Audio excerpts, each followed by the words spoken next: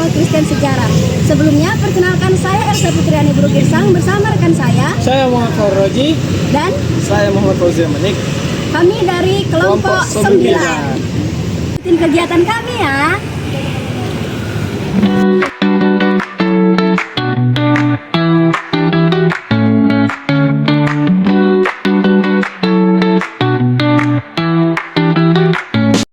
Oke. Sebelumnya selamat siang Bang. Kalau boleh tahu posisi Abang di IMKRIS itu sebagai apa? Saya posisi di IMKRIS sebagai wakil sekretaris. Sebagai wakil sekretaris. Mungkin Abang bisa menjelaskan apa itu IMKRIS gitu, deskripsinya. Deskripsi dari IMKRIS ini, sebelumnya IMKRIS itu singkatan dari Ikatan Mahasiswa Kristen Sejarah. Jadi sederhananya IMKRIS ini merupakan satu media, organisasi ataupun patron yang mengakomodir dan mengayomi mahasiswa-mahasiswa jurusan pendidikan sejarah yang beragama Kristen untuk melaksanakan kegiatan-kegiatan yang berdasarkan nilai-nilai kekristenan dan juga berdasarkan lingkungan akademik yang seharusnya dilakukan mahasiswa, seperti berdiskusi, membaca buku, kemudian membedah isu-isu sosial itu yang terjadi di Inggris, tapi hanya mahasiswa Kristen saja. Kira-kira nih Bang, kegiatan apa aja yang rutin dilakukan dalam Ikatan Kristen ini?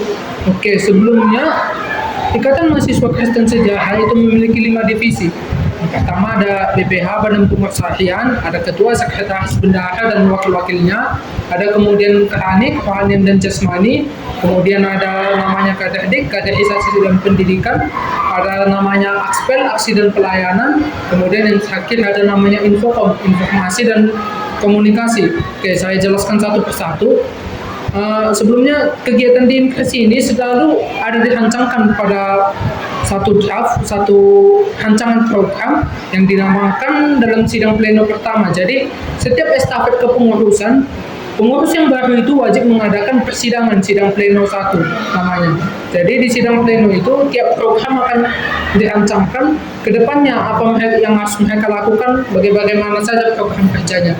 Jadi kalau untuk di divisi kerohanian dan jasmani itu mereka melakukan kegiatan-kegiatan yang spiritual dan kemudian kegiatan yang bisa meningkatkan jasmani kita, misalnya berolahraga. Walaupun kita bukan anak fik, tapi kita tidak ada salahnya untuk berolahraga. Itu yang terjadi di kerohanian dan jasmani.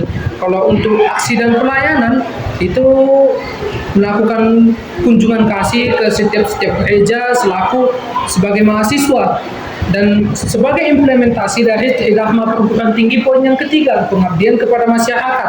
Nah, itu untuk di aksi dan pelayanan. Dan Akspel ini juga terkadang turun ke jalan untuk menyampaikan aspirasi, kemudian menerima masukan-masukan dari masyarakat supaya kita memenuhi nih tugas-tugas kita sebagai mahasiswa. Kemudian untuk divisi kaderisasi dan pendidikan, disinilah kita dibentuk. Dari bidang ini kita dibentuk. Biasanya kaderdik itu ada program yang namanya bedah buku, kemudian bedah film, kemudian menganalisis isu-isu sosial, apalagi yang baru-baru ini terjadi kan. Kadang kaderdik itu membuka diskusi rutin bagi setiap mahasiswa-mahasiswa aktif Ikatan Mahasiswa Kristen Sejarah. Nah, kalau yang terakhir itu Infocom, Informasi dan Komunikasi, mungkin dari namanya kalian sudah terpikir nih apa tugas mereka. Mereka itu mendokumentasikan segala kegiatan yang ada di media sosial, di feed Instagram Ikatan Mahasiswa Kristen Sejarah. Jadi kurang lebih kegiatannya itu, kegiatan yang rutin dilakukan adalah kegiatan spiritual, peribadahan, kemudian kegiatan yang membangun jasmani, kemudian kegiatan yang bisa mengimplementasikan Tridharma Perguruan Tinggi sebagaimana seorang mahasiswa. Jadi setiap organisasi itu pasti kan Bang punya budaya atau kebiasaan yang nggak bisa hilang gitu.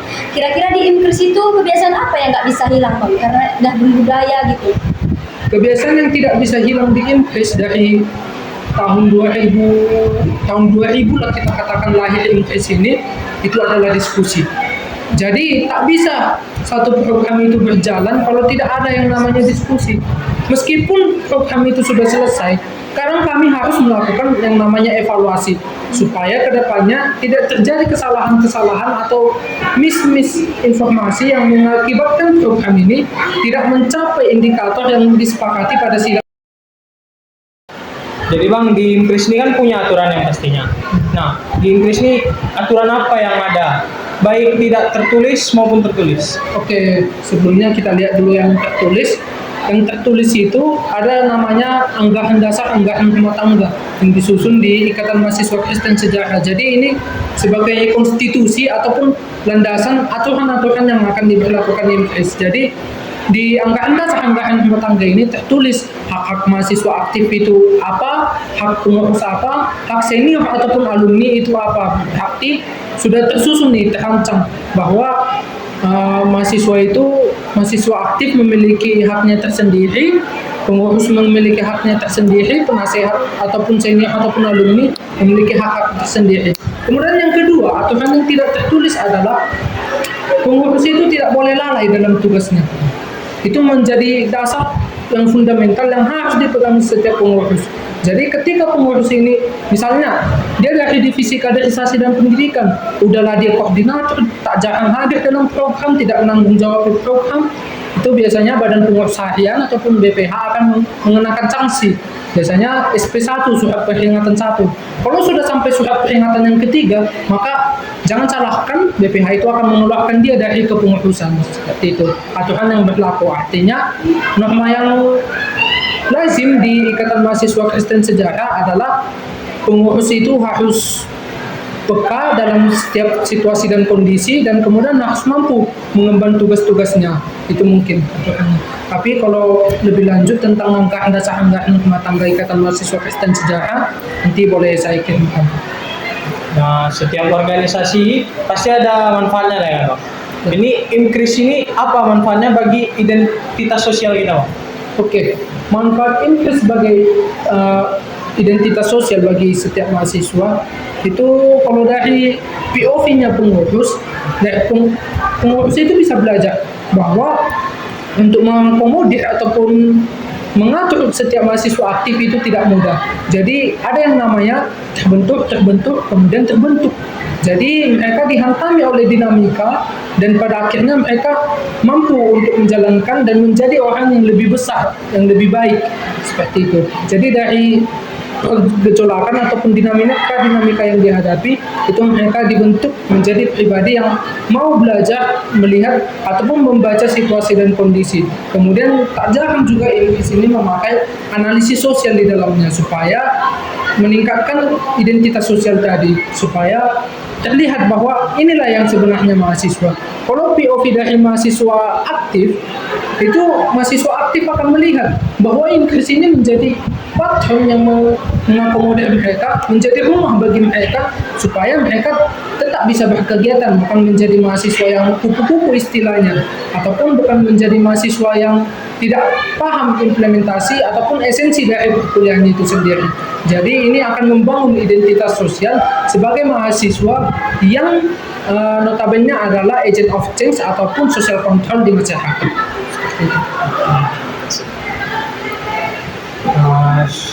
Mungkin udah cukup pertanyaan dari kami Bang. Udah jelas, terima kasih ya Bang. Oke. Baik, selamat sore Bang. Selamat sore juga. Nah, kalau boleh tahu nama Abang sebelumnya siapa? Namaku Jumario Randy Sumbaya. Kalau posisi Abang di Inkris ini sebagai apa?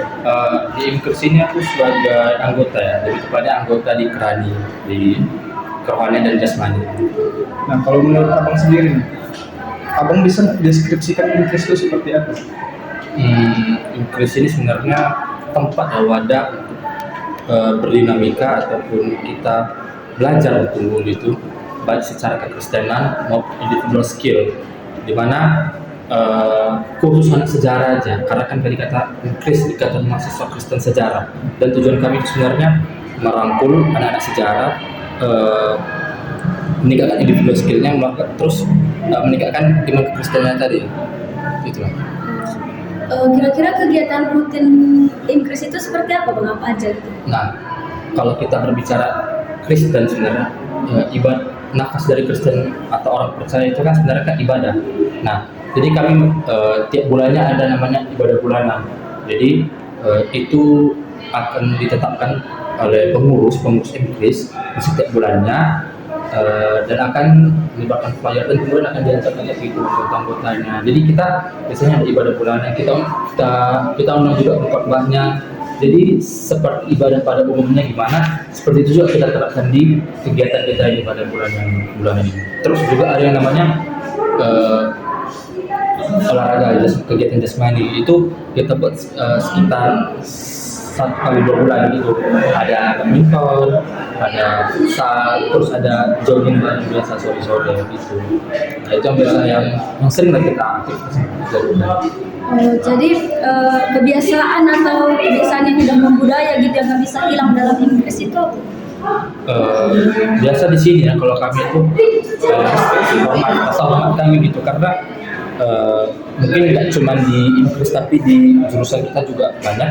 Jadi kita menghargai gitu, nggak cuma antar kayak kamu dan saya gitu, kayak karena saya anggota pengurus Inggris, tapi saya juga dengan yang staff lain gitu, dengan abang purna bakti dari senior kita juga harus respect, itulah budaya yang terus kami ajarkan ke orang-orang gitu. Dan ya itu sih, respect itu, rasa hormat lah gitu.